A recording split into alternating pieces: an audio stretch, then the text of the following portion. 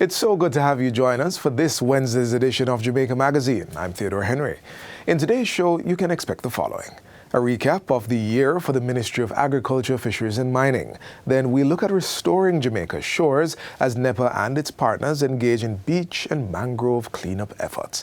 Then lastly, we'll explore the differences between mental health and mental illness. All this and more coming up. Please stay tuned. Jamaica Post is committed to being your preferred logistics partner. Enjoy the convenience of 3 to 5 days for international shipments at competitive rates and next business day delivery for local packages. Take advantage of our fast, reliable and ever-evolving services. Zip Mail, Click and Ship, Fast Track, EMS, Parcel Service, Registered Mail, Corporate Mail Service and Private Letterbox. Access customer service support and track packages online. Visit our post offices island-wide and premium service centers at select locations. For more information, go to jamaicapost.gov.jm. Conditions apply.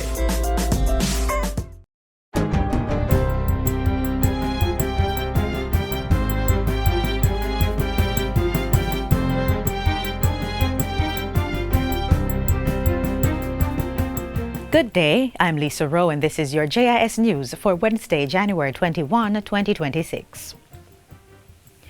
In a major move to strengthen Jamaica's disaster response capacity, the House of Representatives has approved amendments to the Financial Administration and Audit Act, removing the $10 billion cap on the National Natural Disaster Reserve Fund.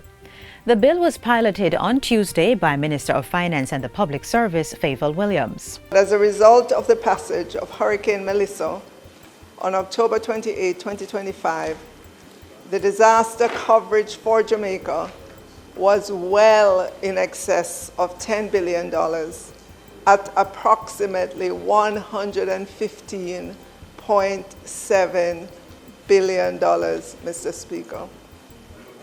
Mr. Speaker, Hurricane Melissa, having triggered several of these instruments, has resulted in an expected flow of resources well in excess of the $10 billion, the maximum legislated for the NNDRF. The amendment would provide Jamaica with a disaster risk management facility that enables an immediate financial response to any disaster that has either a fiscal impact equivalent to or greater than 1.5% of GDP or $55 billion. The amendments also change how the fund is replenished. Mandatory annual transfers from the consolidated fund will now stop once the disaster reserve reaches $10 billion.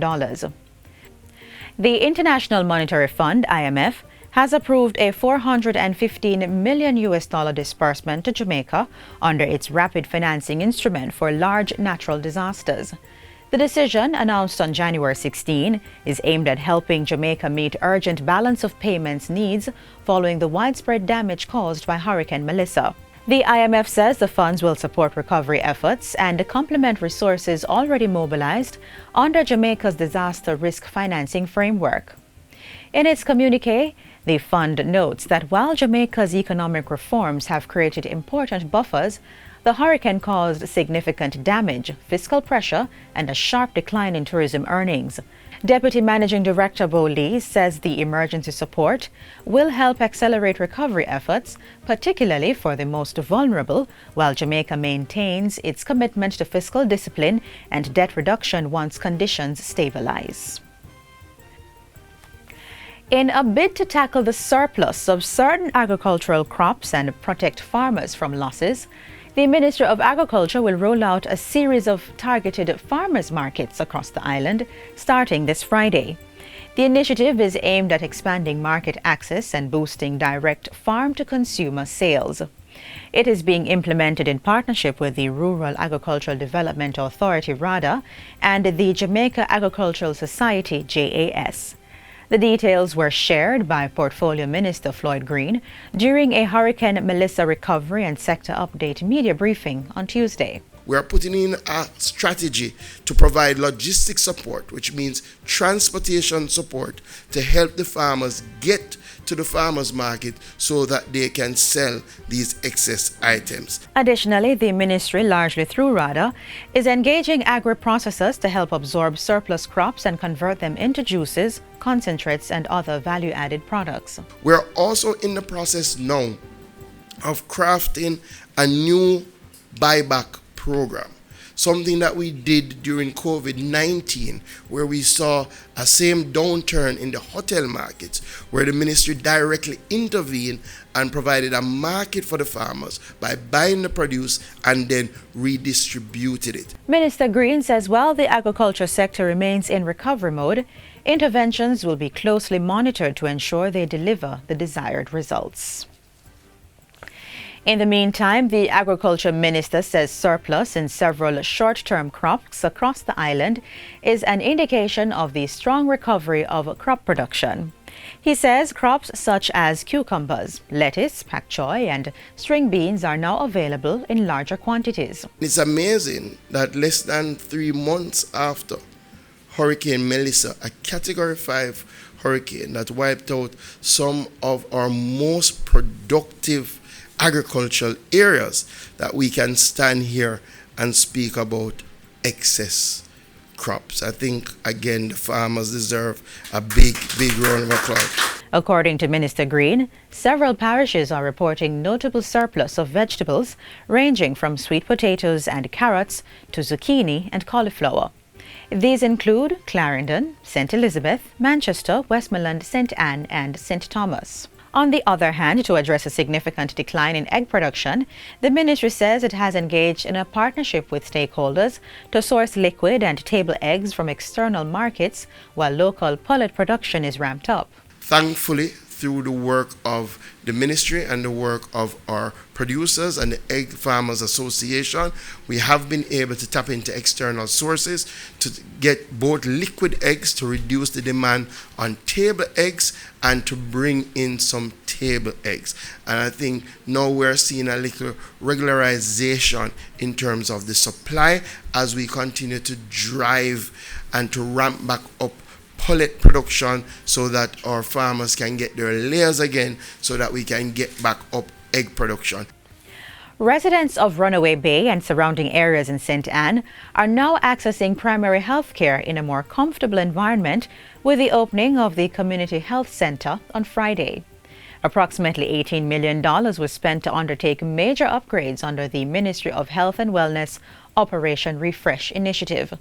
The works include ceiling repairs, upgrade to electrical systems and air conditioning units, improve fixtures and fittings, a new health records registration area, enhanced signage, and health education murals. And the intention this term of this government, assuming all other things being equal, is to ensure that we renovate, upgrade, or totally renew and refresh every single health center in our fleet of health centers across Jamaica, all 320 plus of them. The health center was scheduled to reopen last year. However, the timeline was adjusted due to the impact of Hurricane Melissa. Dr. Tufton says the Oxford and Belfield health centers are also complete and will be reopened soon, while renovation is progressing at the Bamboo Health Center. And finally, the rehabilitation of ex-offenders and the reintegration of involuntarily returned migrants are being placed at the center of Jamaica's efforts to strengthen community development. These issues will headline the 10th staging of the Planning Institute of Jamaica's Best Practice Symposium for Social and Community Renewal. It will be held on January 27 and 28 at the Jamaica Pegasus Hotel in New Kingston. The theme is Reintegration for Sustainable Community Development, Bridging Gaps, Building Futures. Technical Specialist for Socio-Economic Development in the Community Renewal Program at the PIOJ, Charmaine Brim, says effective reintegration is critical as more Jamaicans return home. We have seen a fast tracking of, a lot of residents coming back home. And so as a country, we have to prepare for that. And we want to ensure that in our preparation, we have effective systems in place and processes. And we want to ensure that persons who are being sent back home are reintegrated properly so that they can continue, in terms of viable livelihoods, being reconciled with families. The two-day symposium will feature presentations from local and international experts focusing on practical strategies for rehabilitation, reintegration, and long-term community renewal. It will also include a local economic initiative mini-expo aimed at supporting small businesses at the community level. We believe the development of micro businesses at the community level is very important to the growth of not just the community, but also the economy overall. And so the expo is going to be under the theme Elevating Businesses and Growing Communities. The Small Business Exposition will be open to the public free of charge on Tuesday, January 27 from 11 a.m. to 7 p.m. and Wednesday, January 28 from 9 a.m. to 6 p.m. And that's it for JIS News Today. I'm Lisa Rowe. Thanks for watching.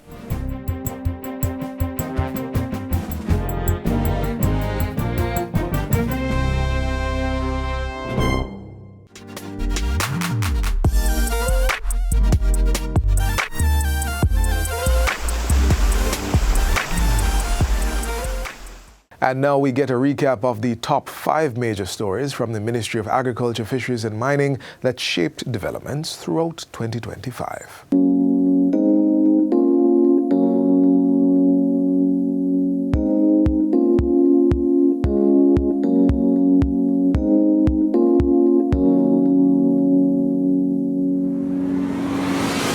"2025 marked a season of replanting, rebuilding, and laying stronger roots.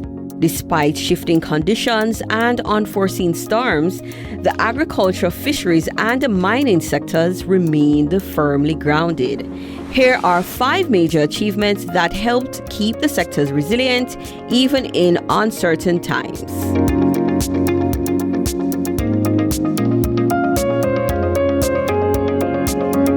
For decades, farmers have grappled with 2 persistent challenges: access to water and a secure land tenure. In 2025, both issues were addressed head-on. Today, we will not only be commissioning the irrigation system, but importantly, we will be issuing leases to farmers so they will have the tenureship they need to invest and drive their own wealth creation. Along the coastline, the ministry completed a $3 million upgrade, refurbishing a gear shed, improving bathrooms, upgrading sewer lines, and installing solar lighting, boosting livelihoods for fishers, vendors, and the wider community. In another milestone, sugarcane farmers gained new tools for sustainability with the launch of the Sugar Industry Authority Training Institute. Through this institute, our farmers will be exposed to international best practices in sugar processing and cane production. We will foster and facilitate research to ensure that we're introducing sustainable tactics, crop improvement, and technological advancements in our sugar processing. After decades of dormancy, sugar production returned to Money Musk in Clarendon, revived by a $50 million investment from Tropical Sugar Company Limited that aligned with government's plans for the sector and was welcomed by the Agriculture Ministry. The value of this project is not only in its scale, but its model. And it aligns with the Prime Minister's push to ensure that we have an integrated agro-industrial development. It creates certainty for our cane farmers who want stable markets, and it will generate new opportunities across South Clarendon in logistics, contracting, transport, and agri-services. Then came the storm. Hurricane Melissa struck in October with unexpected force, inflicting an estimated $29.5 billion in damage to agriculture alone. More than 41,000 hectares of farmland were affected, impacting over 70,000 farmers and resulting in the loss of approximately $1.2 million. The fishery sector suffered an estimated $2.7 billion in infrastructure damage. Speaker, the mining sector suffered significant damage, particularly in the western region. The damage there was really concentrated on some of our major quarries. Our bauxite and alumina sector would have suffered varying degrees of damage, some minor, some mid. However, the good news is that they all have embarked on rehabilitation work, and Windalco, Jamaica, and Discovery are operating as we speak.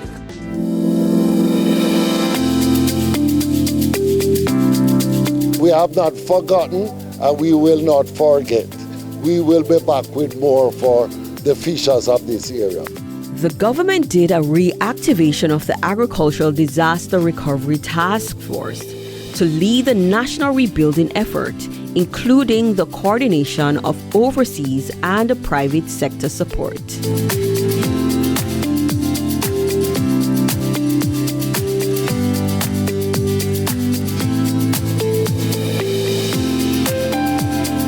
From the government's coffers, an immediate allocation of $450 million from the remaining production incentive program is being redirected to emergency recovery, including replanting, restocking, and land preparation. This is part of a larger $3 billion plan.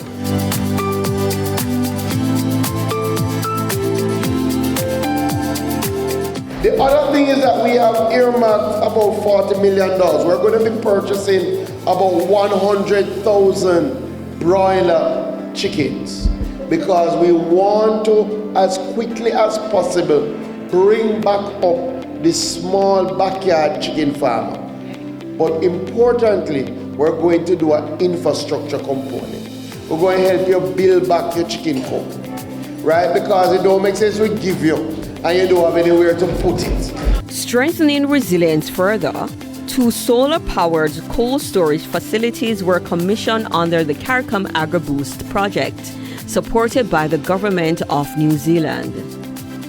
Water once again began to flow as the National Irrigation Commission restored 85% of its pumping stations, operated emergency water filling stations, and provided more than 3,000 customers and residents across Jamaica with free non-portable water.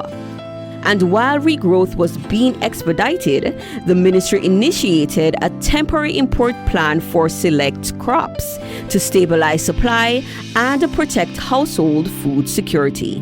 The damage is extensive and heart-wrenching. Yet in this ruin, our farmers and fishers are hopeful and eager to start again. We will ensure that they can go again.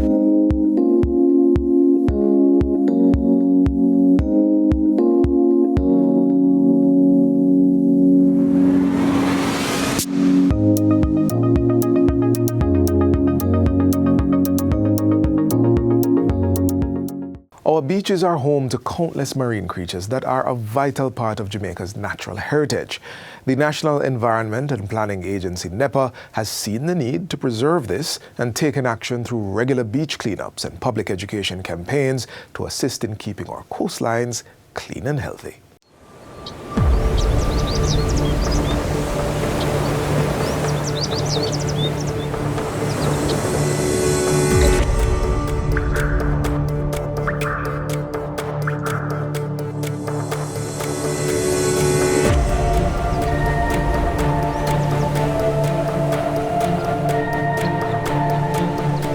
Jamaica's shores protect us, but now they need us to protect them.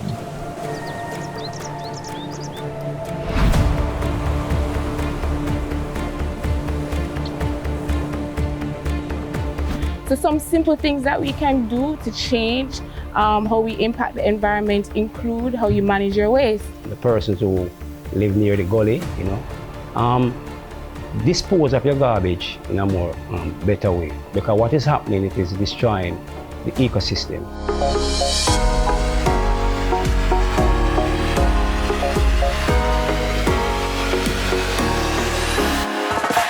So it's essentially an initiative that we have commenced as an agency, the National Environment and Planning Agency, to bring public awareness to ongoing activities that we have along our coastal area. We're along the coastlines of the Kingston Harbour. Many persons will be familiar with that location.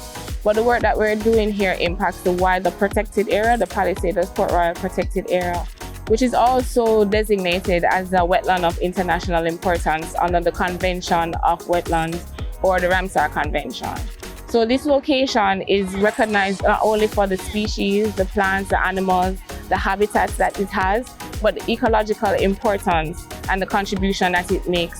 It's not only the ecological contribution, but also the historical nature of the sites and the significance of the heritage here that is recognized under the protected area designation. Having a clean beach is important for the healthy lifestyle of the people here in Kingston, for anyone. And so when there is garbage, when there's pollution, it takes away so much from those who make a living from the beach.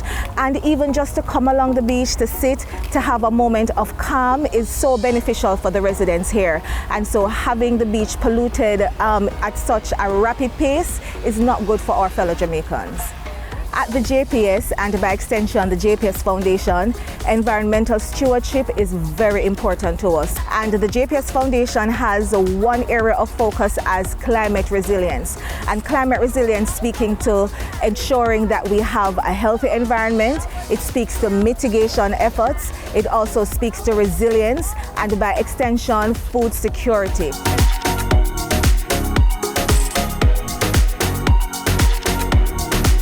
We have seen where the anchoring and the bunkering, has done significant damage to the coral reefs that are outside here, and we have spoken about it many times. We have seen what NEPO is doing.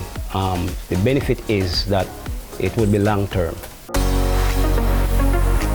Reinforcing the spirit of collaboration and environmental action were NEPA's Chief Executive Officer Leonard Francis and French Ambassador to Jamaica, Olivier Guionva, who joined in mangrove replanting efforts. Why are mangroves important? Because they protect coastal areas. The message of mangrove conservation and restoration isn't just on the beach, it's everywhere, from school visits and interactive sessions to stakeholders igniting change, planting seeds of awareness and stewardship.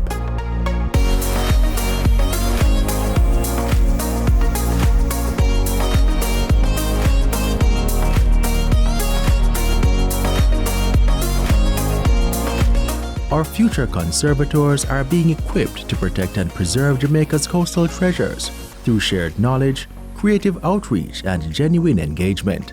One act of care, one mangrove planted, one restored shore. One dedicated person can make a world of difference to Jamaica's natural environment. Restore our shores! Let's restore our shores. Are you confident that you are the legal owner of your property? Take action to secure your property ownership. Get a registered certificate of title and become the legal owner of your property. To register your property and obtain a certificate of title, you will need to provide a tax registration number (TRN), a valid government-issued identification, a survey diagram, documentation to prove ownership, up-to-date property tax certificate, the names, addresses, and occupations of 2 neighbors over the age of 50 who are not family members and can give a declaration on your behalf. Proof that you have been in open, undisturbed, and undisputed possession of the property for 12 years or more. For further information on registering your property and obtaining a certificate of title, contact the National Land Agency at 876-750-5263 or 876-946-5263. Email asknla@nla.gov.jm or message us at WhatsApp at 876-418-5089. The National Land Agency. One agency, one goal to serve you better. The mind is a powerful set of intellectual and mental faculties, much like software. It is limitless in what it can imagine and create. Our thoughts, emotions, memories, and attitudes cannot be physically measured, nor can they be fully controlled. With that in mind, up next, we'll explore the key differences between mental health and mental illness.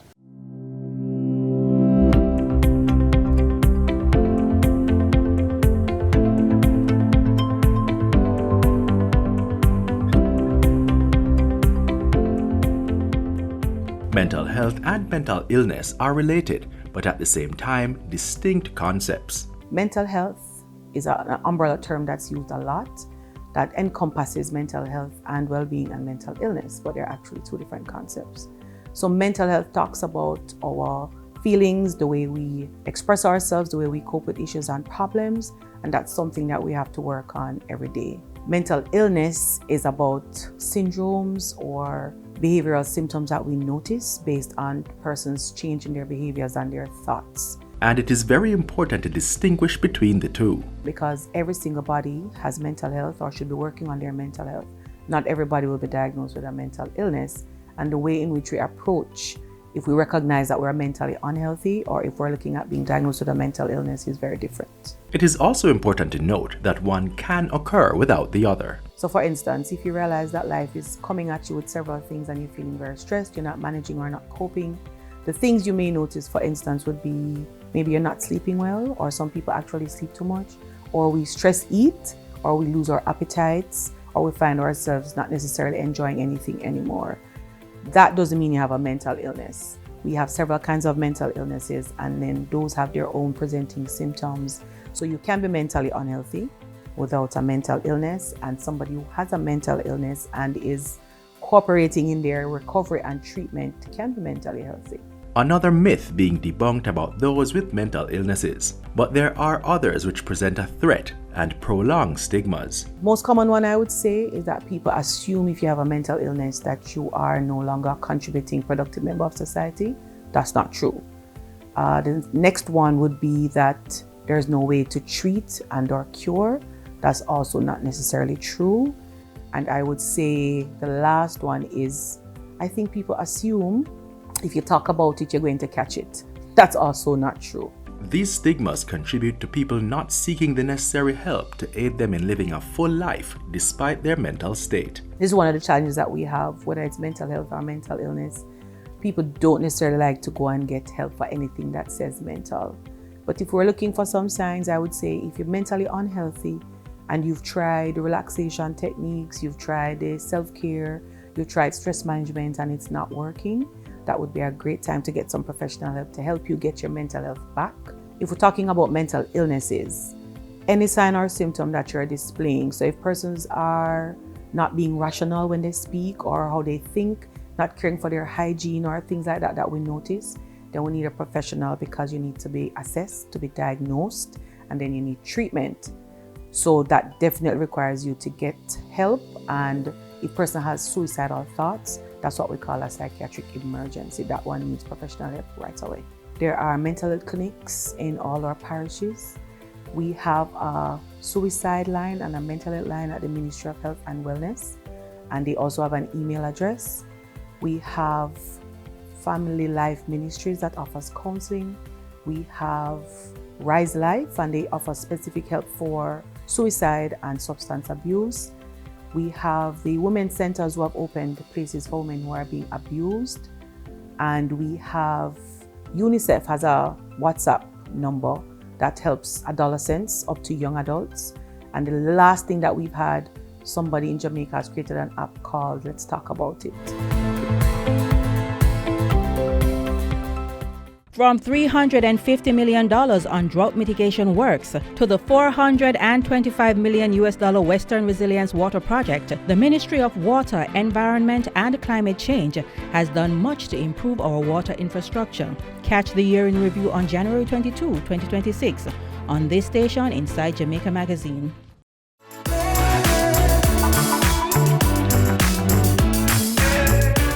We're at the end of today's show, but be sure to join us again tomorrow for another lineup geared towards providing you with information on the government's policies and initiatives for building a better Jamaica.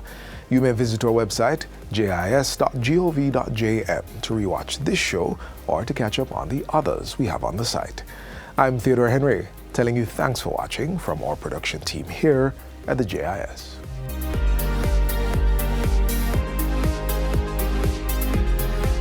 This has been a production of the Jamaica Information Service, the voice of Jamaica.